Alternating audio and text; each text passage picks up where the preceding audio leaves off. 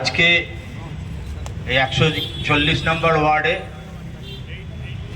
বিএলএদের সংবর্ধনা এবং পাশাপাশি মমতা ব্যানার্জির 15 বছর যে উন্নয়নের কর্মসূচি, সেই কর্মসূচি একটা তথ্যচিত্রের মাধ্যমে আপনারা সবাই দেখবেন। মানুষকে আমরা আমাদের বার্তা কেন আমাদেরকে ভোট দেবে আমরা পৌঁছে দেব।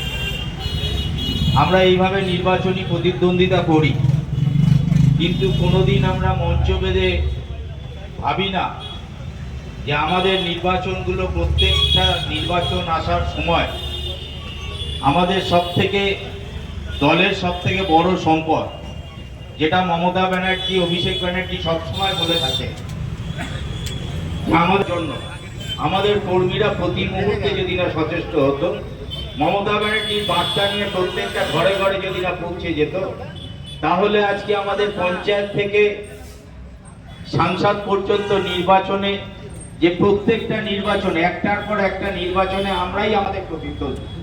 গত বছর এত ভোটে জিতেছিলাম, এবছর কত ভোটে জিতব।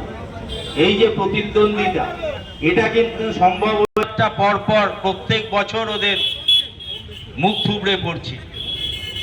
কারণ আমাদের যেদিনকে সংবিধান রচনা হয়েছিল, যে গণতান্ত্রিক অধিকার মানুষকে সেদিনকার সংবিধান, বি.আর. আম্বেদকরের নেতৃত্বে যে সংবিধান, সেই সংবিধান আমাদেরকে যে গণতান্ত্রিক অধিকার দিয়েছে, যে অধিকারের মধ্যে দিয়ে আমরা